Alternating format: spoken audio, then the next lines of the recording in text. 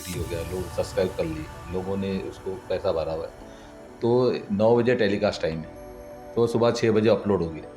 आधे लोग वहीं, हमारी ऑडियंस बढ़ गई, आधे लोग ने वहीं देख लिया, तो एग्जैक्ट फिगर पता नहीं चलते कि TRP कहाँ तक पहुँची हमारी। तो बहुत अच्छा रोल है आपका, 6 महीने चलने वाला है, 1 साल चलने वाला है, कोई गारंटी नहीं है। वो शो खुद 3 महीना चलने वाला है, उसकी कोई गारंटी नहीं, तो आपका कैरेक्टर कहाँ से चलेगा। कोविड के टाइम के बाद से थोड़ा सा बजट में स्लैश किया है, चैनल ने भी किया है, तो ऑब्वियसली प्रोड्यूसर भी वो बजट, पहले ऐसा बजट नहीं रहा है। मतलब पैकअप के बाद आपको पैसे मिल जाते थे, आपको ट्रैवलिंग अलाउंसेस मिल जाते थे, अब वो चीज़ें सारी चेंज हो चुकी है। जो पब्लिक का टेस्ट तो किसी ने आज तक नहीं पकड़ा है, नहीं तो कोई पिक्चर फ्लॉप नहीं होती, सब पिक्चर सुपर हिट होती है ना। खाली फन एलिमेंट पे हमने वर्क किया है, कंटेंट बोल्ड है, लेकिन हमने उसको बड़े ही प्यार से शूट किया है। कुछ भी विजुअल गंदगी नहीं है, स्किन बिजनेस नहीं है, कुछ नहीं है। सोशल मीडिया पर आप रोज़ नए नए वर्ड्स देखते होंगे, सुनने को मिलते होंगे, जिसमें कि कंटेंट डिस्रप्शन बहुत ही कॉमनली यूज्ड है।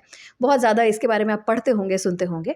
तो आज हम उसके बारे में बात करने वाले हैं कि कैसे हाल के दिनों में वेब ने और यूट्यूब ने इंडियन टेलीविज़न के कंटेंट को पूरी तरह से डिसरप्ट कर दिया है और कैसे टेलीविज़न अगले 10 साल सर्वाइव करने वाला है। उसके लिए हमारे साथ हैं बात करने के लिए season director sir Ismail sir और सुप्रिया मैम। इस्माइल सर ने इतने सारे टेलीविज़न शोज़ डायरेक्ट किए हैं, जिसमें कि सबसे रीसेंट इनका सौभाग्यवती हवा पार्ट 2 है। आप टेलीविज़न से इतने साल से जुड़े रहे हैं, आपको लग रहा है कि ये सिर्फ एक हवा बना हुआ है कि कंटेंट डिस्ट्रप्शन हो रहा है, या सच्चाई है? बेसिकली मुझे क्या लग रहा है ना कि जैसे OTT हो गया, लोग सब्सक्राइब कर लिए, लोगों ने उसको पैसा भरा हुआ है, तो 9 बजे टेलीकास्ट टाइम है, तो सुबह 6 बजे अपलोड हो गया। आधे लोग वहीं, हमारी ऑडियंस बढ़ गई, आधे लोग ने वहीं देख लिया, तो एग्जैक्ट फिगर पता नहीं चलते कि TRP कहाँ तक पहुँची हमारी। मेरे को लग रहा है मेन रीज़न ये लग रहा है मेरे को। नहीं, एक और बहुत बड़ा मुद्दा है कि टेलीविज़न ऑडियंस बहुत कम हुई है पहले से। जो डेली सोप की जो ऑडियंस है ख़ास करके, वो मानना है आपका कि बिकॉज़ आप बहुत पुराने? हाँ, I totally feel that because जैसे पहले OTT का ऑप्शन ही नहीं था, तो हमारे पास सिर्फ टेलीविजन जैसे चैनल्स ही थे कि जहाँ पे हमें बैठ के देखना है। अब OTT का ऑप्शन आ गया, इसलिए जैसे इस्माइल ने कहा कि ऑडियंस बढ़ गई है। ऐसे ऐसे नहीं कि ऑडियंस को देखना है, अच्छे कंटेंट हर कोई इंसान देखना चाहता है, बट द प्रॉब्लम इज लोगों में पेशेंस नहीं है। अगर कोई कंटेंट अगर आपका सुबह 6 बजे अपलोड हो रहा है, तो आप सुबह 6 बजे अगर आपके पास वक्त है तो आप देख लोगे, आप शाम का 9 बजे का क्यों वेट करोगे टेलीकास्ट डेट के लिए, टेलीकास्ट टाइम के लिए, सॉरी। तो बेसिकली वही हो रहा है। एंड दूसरी चीज़ ये है कि I think OTT has given a wider, I think high digitise है। ओके, आपका आई थिंक जो पिक्चर क्वालिटी है वो बहुत ज़्यादा एनहांस दिखती है, जो आपके नॉर्मल GC चैनल्स में नहीं दिखते। तो आई थिंक साउंड को लेके या पिक्चर व्यूइंग को लेके बहुत फ़र्क पड़ता है।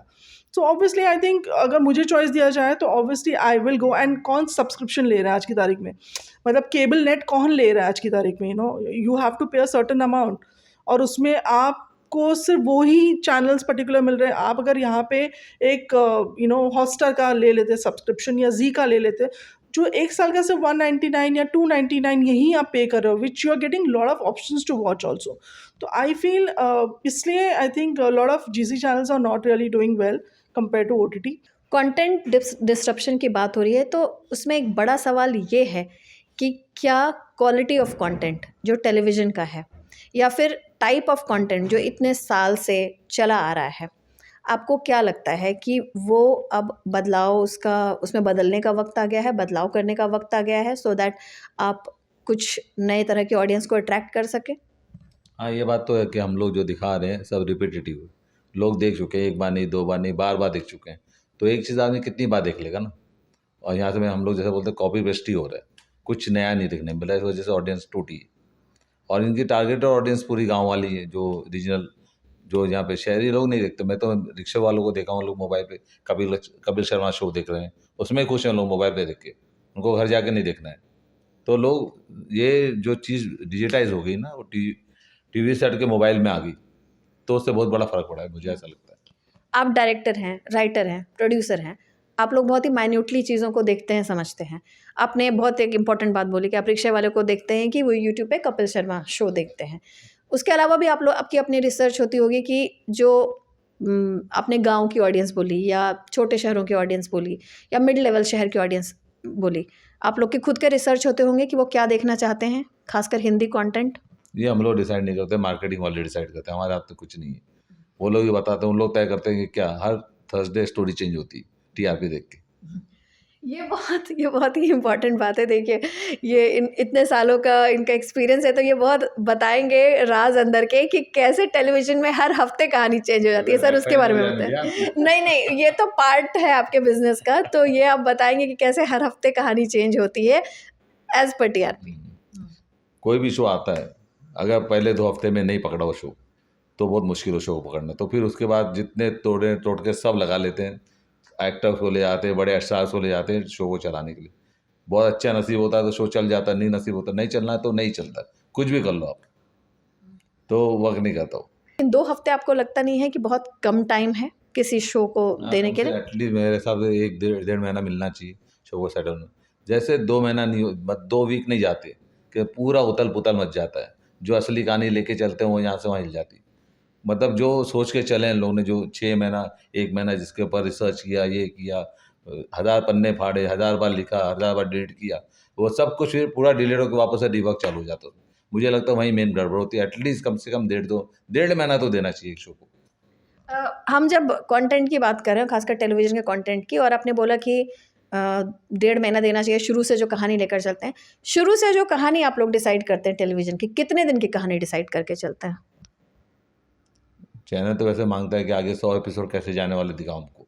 100 एपिसोड की कहानी तय रहती है पहले ब्रॉडर स्टोरी पे, फिर वो धीरे धीरे मतलब खोलते हैं। बिगनिंग के 10 एपिसोड पहले से रेडी होते हैं, ये 10 एपिसोड ऐसे जाने वाले, लेकिन वो 2 हफ्ते में हिल जाते हैं। 10 एपिसोड नहीं रहते हैं, फिर उसमें कटाई छटाई बहुत कुछ हो जाता है। बहुत से कैरेक्टर्स खत्म हो जाते हैं, बोलते ये वर्क नहीं करे, इसको हटाओ, फिर नए कैरेक्टर लेके, तो हंस क्यों रही? दैट्स अ रियलिटी ना, वो तो सच बात है। नहीं, तो ये आप जो बोल रहे हैं वो तो हर डायरेक्टर को, हर प्रोड्यूसर को और हर चैनल को पता है। एज एन एक्टर, आप लोग सेट पे रहते हैं, काम करते हैं इतने इतने घंटे, आपको सडनली ऐसा बोल दिया जाए कि भाई अगले दिन आप मर रहे हैं, हाँ, कैसी फीलिंग आती है कहानी के बदलाव की वजह से? सी जब आप एक कोई शो साइन करते हो ना, आई थिंक आज की तारीख में हर शो के साथ इनसिक्योरिटीज़ जुड़ी हुई है। I think you have to be mentally prepared. जिस तरह का चलन चल रहा है या जिस तरह का ट्रेंड चल रहा है, you have to be mentally prepared for it. आप प्रोड्यूसर्स आपको प्रॉमिस करेंगे कि नहीं आपका बहुत अच्छा रोल है, आपका 6 महीने चलने वाला है, 1 साल चलने वाला है, कोई गारंटी नहीं है। वो शो खुद 3 महीना चलने वाला है, उसकी कोई गारंटी नहीं, तो आपका कैरेक्टर कहाँ से चलेगा? सबसे बड़ी बात ये है। तो ऑब्वियसली इनसिक्योरिटीज़ जुड़ी हुई है, but you need to have a backup also. ऐसे नहीं कि आप एक शो है, नहीं this is the best show that I want to do it, यही मेरा ड्रीम रोल है, नहीं ऐसा नहीं। आप एज एन एक्टर तो आप ये पकड़ के चल ही नहीं सकते। एज एन एक्टर तो नहीं बोले, as a technician also, you know, आप you need to have backups in life. You know, जिस तरह का जो चलन चल रहा है, जो शोज़ चल रहे हैं, कॉम्पिटिटिव शोज़ आ रहे हैं, चैनल्स आ रहे हैं, I think it's very insecure. आप वाइफ हस्बैंड दोनों सेम प्रोफेशन में हैं, जिस तरह की इनसिक्योरिटी रहती है, जितना वोलेटाइल है ये, बहुत ही मेरे लिए तो बहुत डराने वाला है। तो शायद आम इंसान जो कि हर महीने एक कम ही सैलरी लेकिन फिक्स सैलरी पे काम करता है, उसके लिए तो बड़ा डराने वाला है कि आज आपके पास नौकरी है, कल नौकरी नहीं है। आप दोनों कैसे, मतलब मेंटली इसके लिए प्रिपेयर्ड होकर आए थे या कैसे कोप अप करते? समय ने सिखा दिया। जैसे शुरू में जब हम कूदे थे तो आइडिया नहीं था कि कहाँ कूद रहे हैं हम लोग। जब इस फील्ड में आए तो इतना ये सब कभी सोचा ही नहीं था, बस कूद गए, काम चलता गया सब अच्छा है। जब मुश्किल आई, थोड़ा काम नहीं हुआ तो डेस्परेट भी हुए, लेकिन एक पॉइंट पे थोड़ा सा कहीं ना कहीं ज़िंदगी में इस चीज़ समझ में आ गया कि अपने आदमी को सब्र और शुक्र में जीना चाहिए, उसी में भलाई है। क्या होता है, जितना लिखा उतना ही मिलने वाला। तो आप डेस्परेट होंगे ना तो कुछ नहीं होने वाला। अगर आप 3000 भी अपना डेट फिक्स कर लोगे, काम नहीं होना तो 3000 में नहीं होगा, 40,000 में भी नहीं होगा। होना होगा तो 40 में भी हो जाएगा, नहीं तो 3 में भी नहीं होने वाला। ये मेरे दिमाग में बात बैठ गई। ऑब्वियसली 3000 रेट की बात बोल रहे हैं, तो जो कंटेंट डिस्ट्रप्शन हुआ है, टेलीविज़न की जो व्यूअरशिप कम हुई है, उसकी वजह से हमें अलग अलग एक्टर्स से और अलग अलग लोगों से ये भी सुनने में आया है कि भाई जिस तरह का पैसा पहले टेलीविज़न के लोग बना रहे थे, तो the money is not same as it use to be earlier. ये जो रीज़न हम लोगों को समझ में आया, कोविड के टाइम के बाद से थोड़ा सा बजट में स्लैश किया है, चैनल ने भी किया है, तो ऑब्वियसली प्रोड्यूसर भी वो बजट, पहले ऐसा बजट नहीं रहा है। और बहुत सारे नए चैनल्स भी आ गए हैं, दंगल, उनका बजट ऑलरेडी कम है, शेमारू का बजट कम है, फिर बाकी का NTV का डे वन से कम है। तो बजट्स कोविड के बाद कम हुए, उसके पहले तो सब ठीक ही था। सी आई थिंक आप कुछ भी नया शुरू करते हो उसके I think dos don'ts, I think good and bad दोनों चीज़ें होती हैं, but it's about how you have to deal with it. इंसान, आई थिंक हम जिस इंडस्ट्री में बिलोंग करते हैं वो आई थिंक डे वन से इनसिक्योर इंडस्ट्री है, बिकॉज यहाँ पे जैसे पहले जब मैंने अपना एक्टिंग करियर शुरू किया था, मॉडलिंग शुरू किया था, उस टाइम पे पर डे का मतलब पर डे होता था। मतलब पैकअप के बाद आपको पैसे मिल जाते थे, आपको ट्रैवलिंग अलाउंसेस मिल जाते थे। अब वो चीज़ें सारी चेंज हो चुकी है। मतलब वो पर डे अभी आपका 30 डेज़ में हो गया, फिर 60 डेज़ 90 डेज़ का भी वो प्रोसेस हो गया कि मतलब आज आप हम जो काम कर रहे हैं वो आपको 90 दिन के बाद पैसे मिलेंगे। अब कुछ कुछ चैनल्स तो ऐसे हो गए 180 दिन के बाद भी पेमेंट कर रहे हैं, पर लोग कर रहे हैं काम बिकॉज ज़रूरत है काम की। 180 दिन यानी 6 महीने। 6 महीने तब कि वो शो ऑफर भी हो चुका होता है, उस आई थिंक वो टाइम स्लॉट में दूसरा शो भी आ चुका होता है, तभी भी आपका पेमेंट आ ही रहा है, या आ रहा है नहीं आ रहा है वो भी नहीं पता। टू बी इनसिक्योर कि वॉलेटाइल प्रोफेशन है, इनसिक्योर है, तो फाइनेंशियल इंस्टेबिलिटी बहुत ज़्यादा होती होगी। वो कभी कभी आपके दिमाग पे मतलब ऐसा नहीं, अंदर से ऐसा होता है कभी कभी तोड़ देती है। ये जो थोड़ा बहुत हम लोग को इसका इफेक्ट हुआ कोविड के दौरान ही हुआ, उसके पहले तो अल्हम्दुलिल्लाह हम लोग हमेशा निकलते गए, कोई भी मुसीबत है मुश्किल आई पार हो गए। लेकिन कोविड के दौरान थोड़ी सी दिक्कत हुई, पैसा हाथ में था लेकिन हाथ में पैसा नहीं था, पैसा हाल था। मतलब उधार था किसी ने उधार रखा हुआ था। उधार नहीं रखा हुआ था, कहीं इन्वेस्ट किया हुआ था पैसा, अब वो पैसा अपने हाथ में नहीं है, कहीं पड़ा है लेकिन मेरा किसी काम का नहीं। तो वो कोविड के टाइम थोड़ी सा लगा, फील हुआ नहीं यार थोड़ा सा पैसा होना चाहिए साइड में, या कुछ और होना चाहिए। तो कुछ और मैंने देखा है कई एक्टर्स रेस्टोरेंट खोल लेते हैं, या जो फिल्म मेकर या जो इस प्रोफेशन में हैं, कोई प्रॉपर्टी बिजनेस में होते हैं, अलग अलग चीज़ों को एक्सप्लोर करते हैं, कोई फैशन डिज़ाइनर बन जाते हैं, कोई अपनी फैशन लाइन, क्लोथिंग लाइन। आप लोग ने कभी ऐसा सोचा नहीं कि कुछ अलग भी करना चाहिए? डेफिनेटली मैंने सोच के रखा है, बिकॉज मैंने डे वन से उन्हें कहा है कि ये बहुत इनसिक्योर इंडस्ट्री है जिसमें हम काम करते हैं, बट या इट्स डेस्टाइन, इसलिए हम दोनों शायद इस फिल्म इंडस्ट्री में काम कर रहे हैं। टचवुड, बाय गॉड्स ग्रेस हम we are doing good, but backup definitely है मेरे दिमाग में। I want to start something food related, café वगैरह कुछ, बट इंशाल्लाह आई थिंक वो भी बहुत जल्दी शुरू करेंगे।